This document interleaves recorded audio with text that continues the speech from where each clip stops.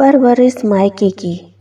दरवाजा खटखटाने की आवाज सुनकर जैसे ही सुधा जी ने दरवाजा खोला, क्रोध में तमतमाती हुई ऋचा ने बैग को सोफे पर पटकते हुए कहा कि माँ, मैं अपने ससुराल वालों के साथ अब और नहीं रह सकती, कहकर माँ के गले से लगकर फूट फूट कर रोने लगी। अपनी बेटी को इस तरह से रोता देखकर ऋचा के पापा विशाल जी भी चिंतित हो उठे।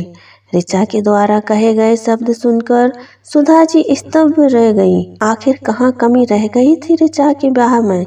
कितनी उमंग से अपनी इकलौती बिटिया का ब्याह रचाया था। खानदान, घर-बार सब कुछ तो अच्छा था। पढ़े लिखे परिवार में ब्याही थी उन्होंने अपनी बिटिया को।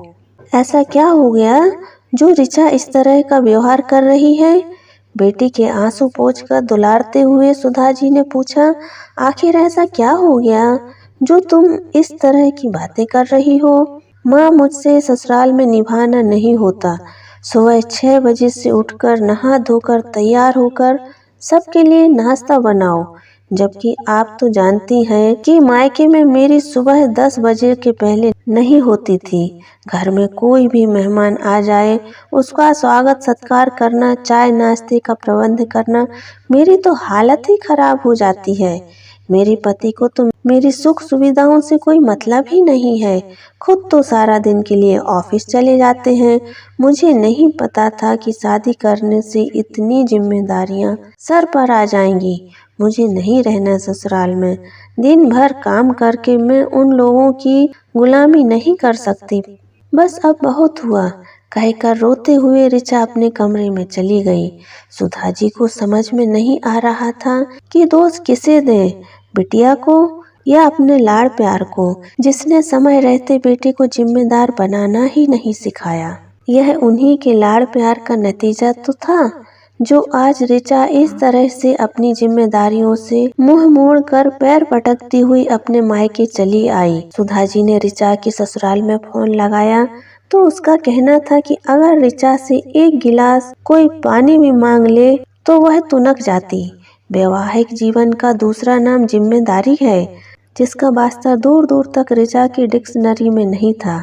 सुधा जी समझ चुकी थी कि उनकी बेटी वैवाहिक जीवन की जिम्मेदारियों से बचना चाहती है। वह भी हार मानने वालों में से नहीं थी। आखिर यह उनकी परवरिश का सवाल था। ऋचा के सर पर प्यार से हाथ फेरते हुए सुधा जी ने कहा, जिसे तुम गुलामी कह रही हो बेटा, वह तो हमारे घर का आपसी सहयोग है, जो कि जीवन के लिए बहुत जरूरी है। विवाह के बाद परिवार में सभी के साथ प्यार से रहना, अपने अपने हिस्से की जिम्मेदारियों को व्यवस्थित ढंग से निभाना ही सुखी परिवार की नींव होती है। जैसा तू अपनी ससुराल वालों के बारे में और अपने पति के बारे में सोच रही है, अगर यही सब मैंने सोचा होता तो क्या हमारा परिवार सुखी रह पाता? अब तक की मेरी परवरिश में तूने देखा है ना, जहाँ तेरे पापा बाहर की जिम्मेदारियां निभाती थी तो वहीं मैं घर की। अगर मैं अपनी जिम्मेदारियों से मुंह मोड़ लेती तो सोच जरा घर का माहौल कैसा होता। जितने बेहतर ढंग से हम अपनी पारिवारिक जिम्मेदारियों को निभाते हैं, उतना ही व्यवस्थित और सुखी वैवाहिक जीवन होता है। अपनी बेटी को इस तरह से परिवार चलाते हुए देखना हर माता पिता के लिए गर्व का क्षण होता है।